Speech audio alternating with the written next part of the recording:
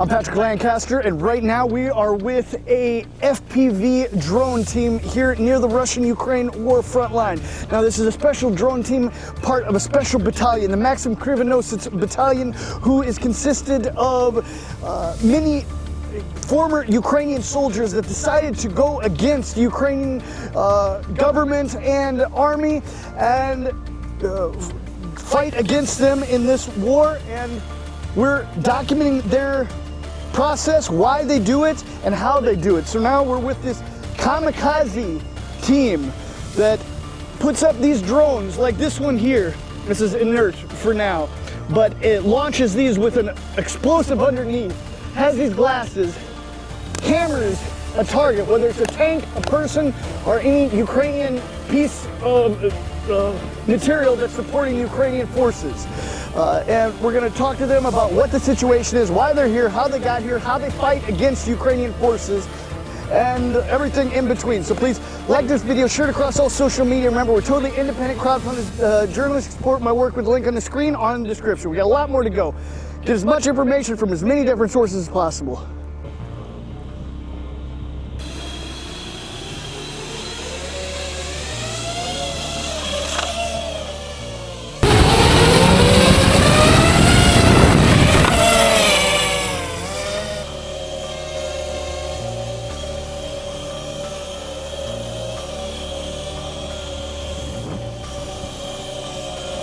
And we've been with this battalion several times before. We've actually met and interviewed this soldier here, but now we can talk to him about his actual work. Здравствуйте.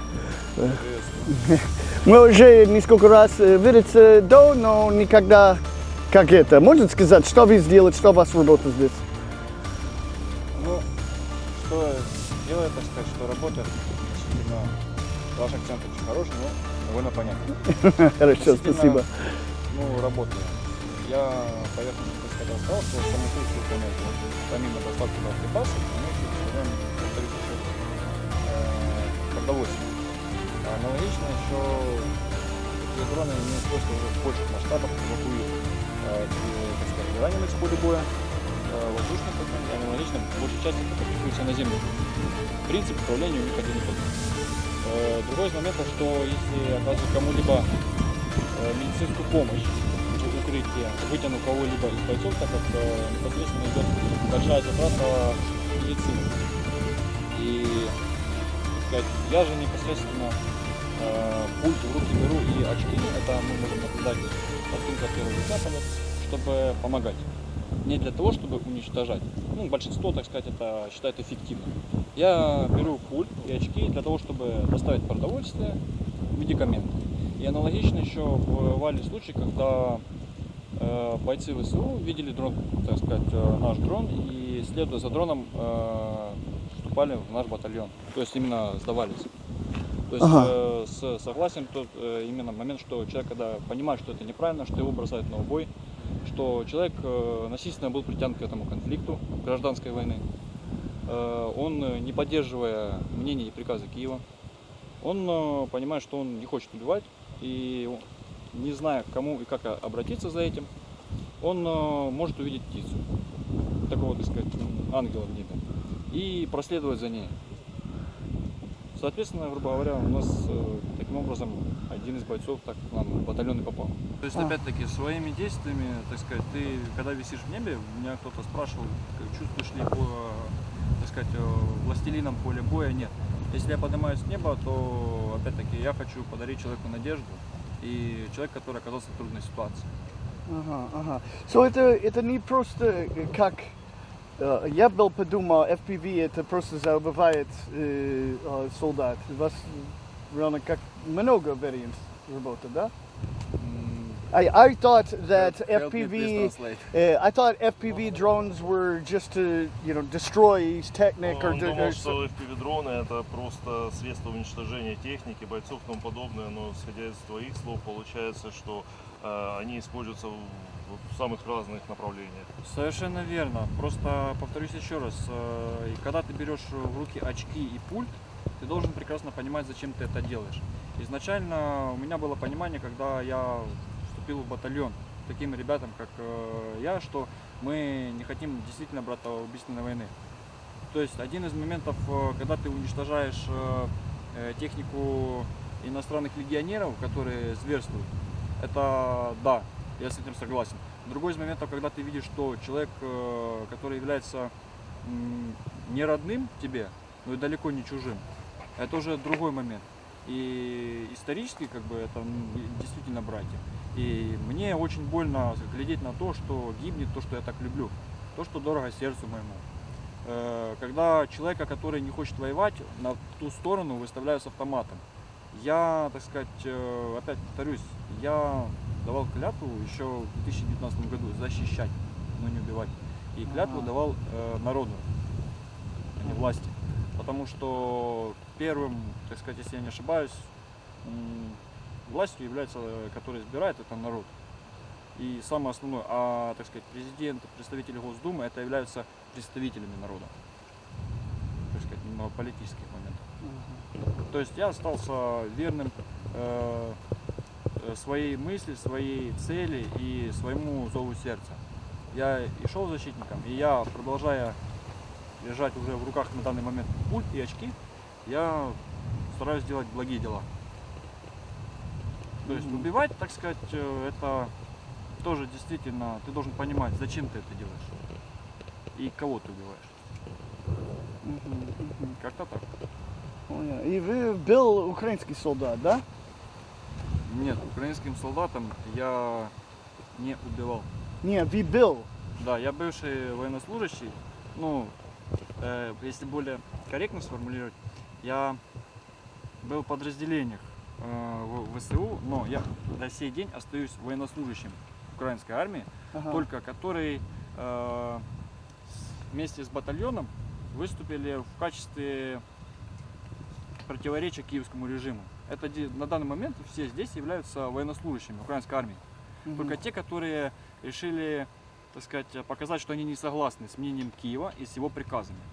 То есть в данный момент мы остаемся военнослужащими. Только в добровольческом формировании, как батальон Кривоноса. Как против украинских войска? Не войска, мы против власти. Власти, окей. Понял.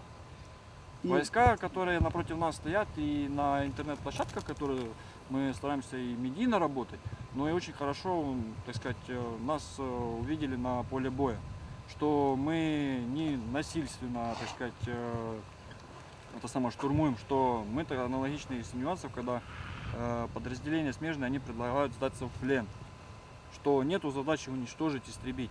Мы аналогично помогаем гражданам эвакуироваться и 300-м, которые, так сказать, армия, когда вышла из Селидова, она уходила в спехах, в спешке, очень бешеной. И она, так сказать, достаточно очень много преступлений военных оставила. Там были гражданские расстреляны. И очень такой хороший вопрос, за что? Кто стреляет гражданских? Гражданских расстреливали, я сейчас скажу, это был иностранный легион, это один из моментов. И второй, что много очень гражданских сидело по подвалам и боялось выйти, потому что там действительно были зверства. И человек, который, так сказать, тебе говорит, что он был убит вплотную, и ты как еще это понимаешь, что это обычный человек, это не военный. Соответственно, я извиняюсь за выражение, каким гнилым, мразью надо быть, чтобы себе такое позволить. То есть вернемся к началу, к первому вопросу. За что я это делаю и почему? Я выступаю себя в роли защитника. И как я присягал защищать этих людей, я им остаюсь верным.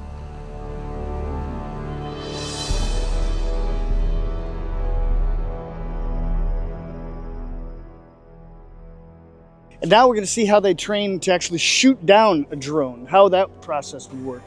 Можешь сказать, как это будет время, если дрон приехал? Что вы будете делать? Буду стрелять в него. Сейчас покажу, как отрабатываем в учебных целях стрельбу по дронам в этом всем плане. Ага, понял. Here we go.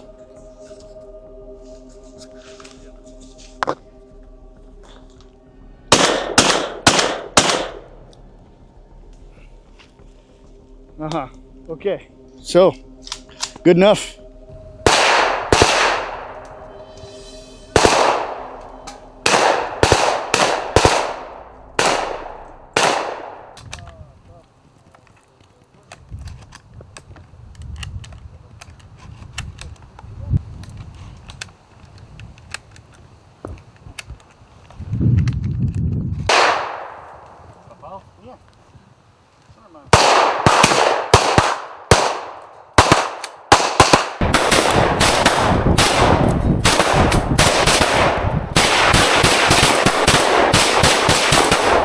All right, we need to back up from the action a little bit. There's something important I need to talk to you guys about that I spoke to you a few weeks ago about. If you haven't been living under a rock, you know about the proposed tariffs that Trump is trying to implement across the world. That's even triggering quote-unquote retaliatory measures being prepared by the European Union against the United States because of these tariffs. These are affecting the global market in a huge way, and that's why this is affecting something I told you about and talked to you about a few weeks ago when I spoke to you about the company Giant Mining Corp, which is a copper mining company in the United States that is publicly traded, and they're going to be hugely affected, what seems like might even be a good way, by Trump's proposed 50% tariffs on copper imports. So they're going to be mining a copper from inside the United States, and these proposed 50% tariffs that have been pushed by Trump are making the price of copper skyrocket. In fact, they briefly touched an all-time high after the announcements of these tariffs. Now, the tariffs by the end of July are supposed to be published in the Federal Registry and effectively active by the 1st of August. Of course, we'll see how these things go. We've seen in the past some of the tariffs he proposes are pushed back and all this, so we're going to see how this actually affects the long run. But this seems like this is opening up a huge opportunity for domestic mining in the United States, because any copper that comes in is going to just be hammered by tariffs. So it should be interesting to see how this plays out. Now, the U.S. manufacturers are now trying to get clarity on what parts of copper this actually affects. Does this affect imported scrap copper, freshly mined copper, or what? Because that's also going to really affect the prices of anything made by copper overall, at least that's imported. And as far as the global chain impacts, with China mining and stockpiling copper, and the US, EU, and Canada trading in uncertainty, it's definitely going to have a possibility, as experts say, of shaking up the price in the very near future. And this means the U.S. is virtually scrambling for a domestic or increased domestic supply of copper. And the U.S. is aiming to reclaim the supply chain. And that is where new projects in Arizona, Nevada, and Alaska are aiming to reshape the U.S. dominance of the copper market. And as the demand soars, this is where Giant Mining Corp comes into play, with the demand being pushed by the AI boom, the electric vehicle boom, and unfortunately conflicts around the world, and much, much more. There's so much aim and need for copper, not only in the United States, but around the world. But now the price is definitely going to be skyrocketing because of these tariffs once they go into place. If they actually do happen, as of now, it looks like they're going to. Now, this is a publicly traded company. I've brought you information before on Giant Mining Corp, and I'm not some YouTuber that'll just bring you one-off information about, you know, whatever it happens to be, and then just leave it at that. I want to get as in depth, and as things change, talk to you more about it. And of course, I'm never going to bring you something like a video game or something that I don't feel wouldn't be a benefit to my viewers and my viewers' families. Now, of course, I'm not a financial expert. I'm not telling you to invest in this publicly traded company, but it is on the stock market, both in the US and Canada. It's BFGFF in the US and BFG in Canada. And the Giant Mining Corp is an early stage mining exploration company that is developing the Mojave Hill gold, silver, and copper project in Nevada, in one of the top-ranked mining jurisdictions in the world. It's reported that the numbers coming out of Mojave Hill are very promising, and they say they've got a lot of benefits at this site. There's the Interstate 80, the railroad, fiber optic, electric, and gas. And they're led by professionals, not speculators. Their leadership has over 38 years of experience in copper exploration and development. Why Giant Mining Corp now? Well, August 1st, 50% tariffs. Price is going to go up 50% on imported copper. It's going to make the price of domestic copper skyrocket. Anyone logically could assume. The copper exploration, because of that, is now a national priority. And their Mojave Hill project is strategically centered for big upsides in the future. And money talks. From the last time I talked to you about Giant Mining Corp until now, it's almost doubled in the stock market price. So pretty interesting, I think. I'm going to continue to show you the stories around the world that need to be shown. And along the way, if I find some information I'm approached by a sponsor I think could benefit you, I will pull the trigger on that as well. So we're going to continue on bringing you everything. And a big thanks to Giant Mining Corp for sponsoring this video. And we're going to continue on. There's a lot more to come. Let's get back to the video.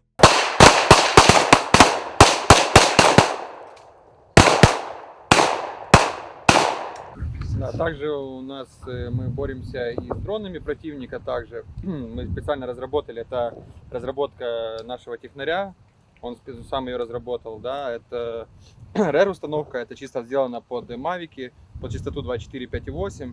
Сейчас запитаем ее просто с телефона, да, и вот если вы можете посмотреть на график, мы видим, что в той стороне летает мавик, и также излучение дает инкубатор. То есть мы можем... Как понятно, вот что из этого? Можно понять, что летает Mavic? Ну, здесь это настроено только чисто под Mavic и только Mavic. 24,5,8. Когда поднимается график... Только если есть график, значит возле нас летает Mavic. Если да? не летает, то будет мы можем определять, мы возьмем левее, он будет меньше график, да, или правее, он будет меньше график. Если четко направлен на него, то график будет большой, да.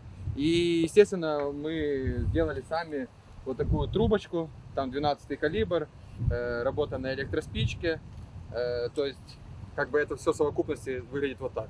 Дрон летит, мы это все видим через трансляцию на телефон, да, и видим в какой стороне, подлетаем к нему и все, и выстрел. То есть сбиваем вражеский мавик. Вот эта антенна да. Эта антенна устанавливается на дрон, запитывается от дрона, не от телефона. Но также, я же говорю, через пульт, через экран мы видим эту графу.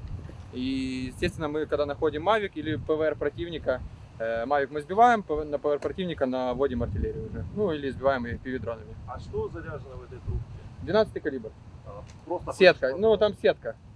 Да, сетка-мет. Естественно, так как мы не пешие группы, не штурмовики, которые в основном с собой, да, носят АК-47, 47-74, АК-12, да, мы выходим чуть подальше сидим, поэтому у нас по-любому на группу идет, если группа идет из 4 человек, у нас 2 АК-74 и 2 гладкоствольных оружия 12-го калибра, полуавтоматических, да, это вепрь, вот, он уже себя показал.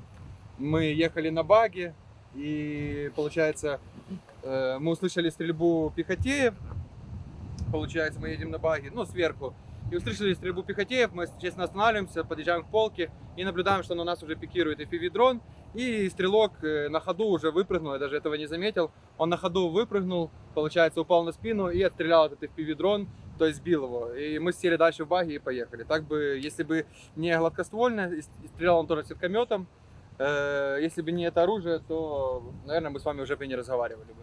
А там тоже заряжены патроны с сеткой, да, в этом?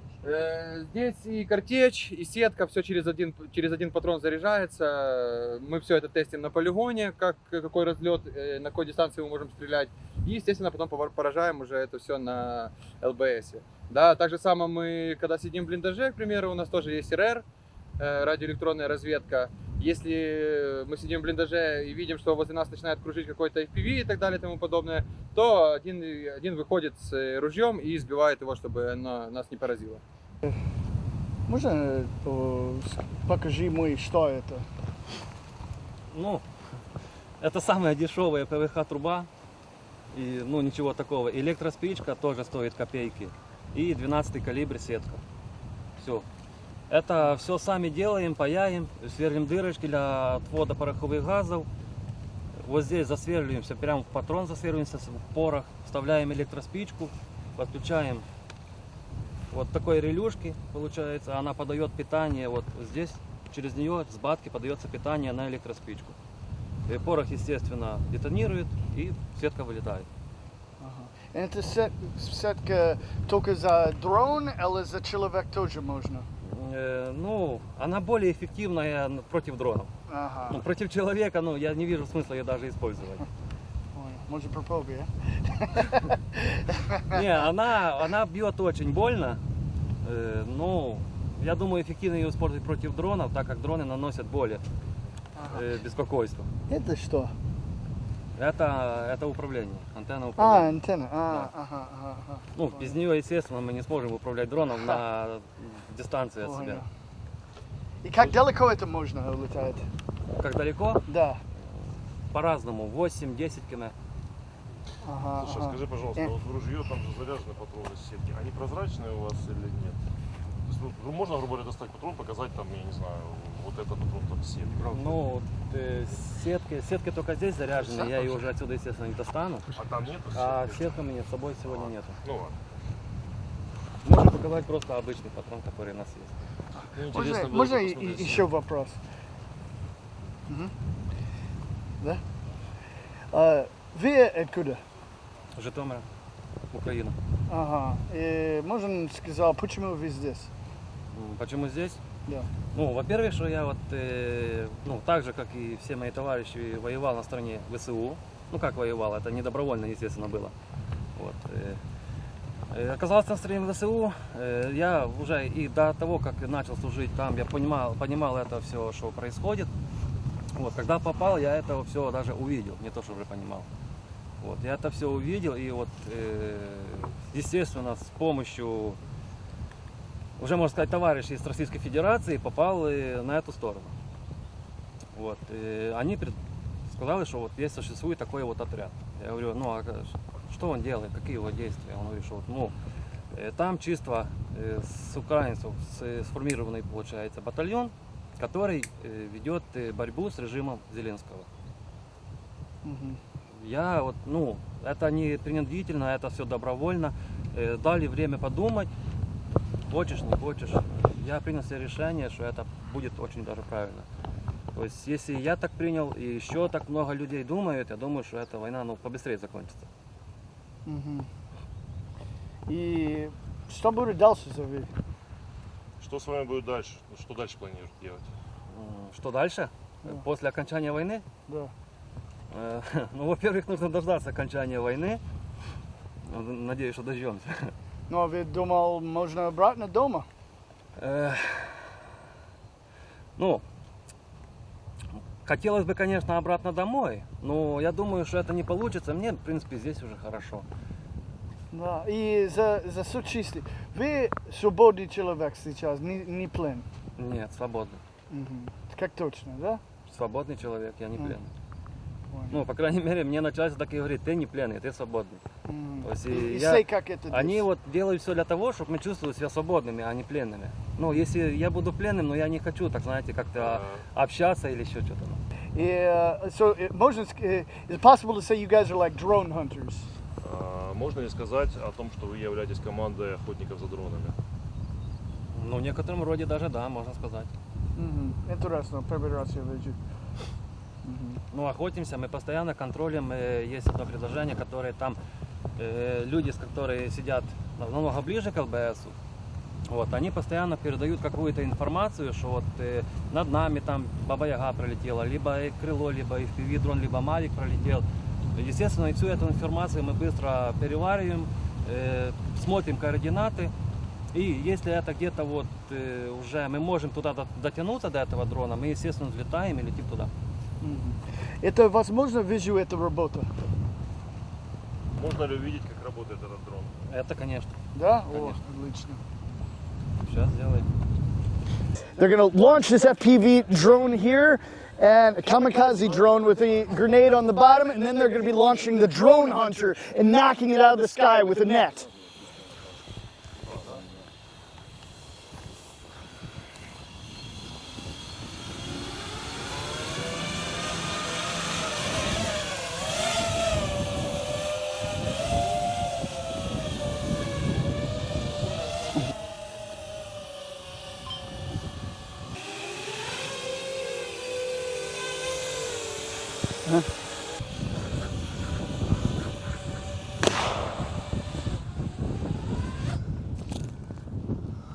So it seems it didn't actually send out the net. We're not sure exactly what happened. But they both came down. The power source has been damaged by the shotgun. So that tube was like a shotgun, basically. And it has, as you see, damaged the power source, so the drone has been shut down. Gotcha. So it looks like what happened is the net didn't actually hit it, but the major concussion from the explosion in there still knocked out the drone.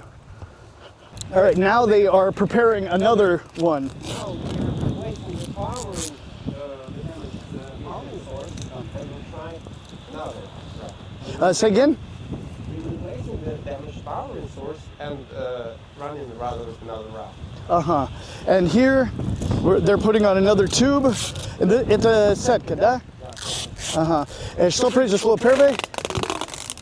Потеря управления. Бывает. Ага.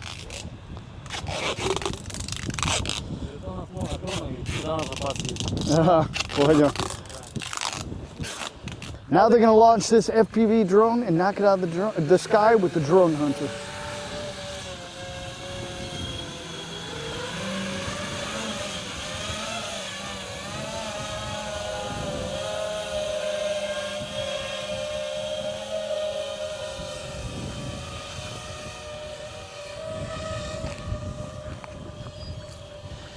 And here they're setting up the drone hunter to engage that drone.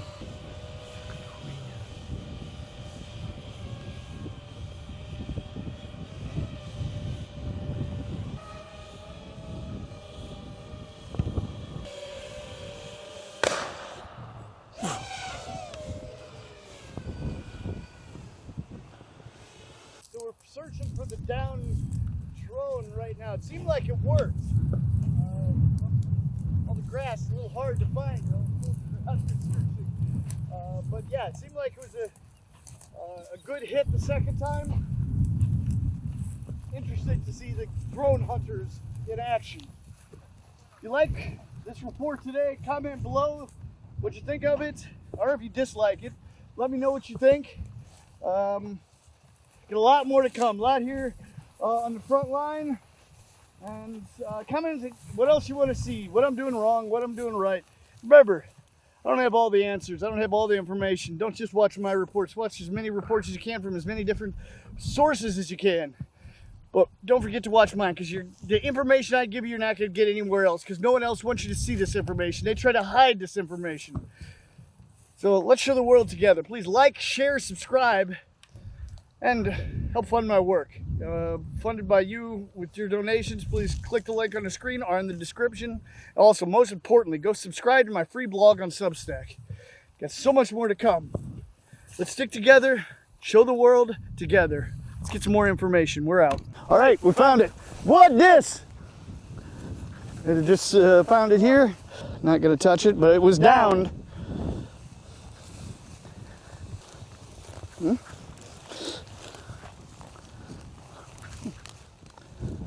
All right, so it worked. They knocked the other drone out of the sky. So again, thought we were ended a report before, but never know when you're gonna what's gonna happen. So I think we're gonna end it now. But as I said, a lot more to come. Stick with us. We're out. Можно сказать, как результат сегодня? Результат теста показал себя очень довольно-таки, я скажу, неплохо, так как первый тестовый полет у нас и тестирование сетки у нас, так сказать, было, так сказать, ожидали результат получше, но второй результат приятно порадовал. Вполне. Или более, так сказать, конкретнее вопрос, пожалуйста. Давай так. Опиши, пожалуйста, мы видели сейчас, будем говорить, некий бой в небе. Что произошло и какие впечатления от произошедшего? Ты вот управлял чем, собственно? Я имитировал дрон противника с боеприпасом введенным. Была имитация произведенного перехвата. Это, так сказать, имитированные мишени и, так сказать, дроны, которые имитировали как противника именно я. То есть, соответственно, результат меня, именно если бы я был бы противником, результат меня удивил. То есть, соответственно, я наблюдал через очки, что я вижу птицу довольно-таки очень хорошо. Я вижу, что птица сделала 2 захода вокруг меня, и потом у меня в моменте просто отказал управление. То есть дрон упал на небо. То есть, если бы я не знал всего замысла изначально, я был бы действительно очень поражен. Потому как первое-наперво, что мне приходит мысль, это как что этот дрон может быть моих же самых товарищей, либо же смежников. И что на дроне может быть масс-сеть, так сказать, это довольно-таки приятный сюрприз, если человек не знает весь замысел до конца.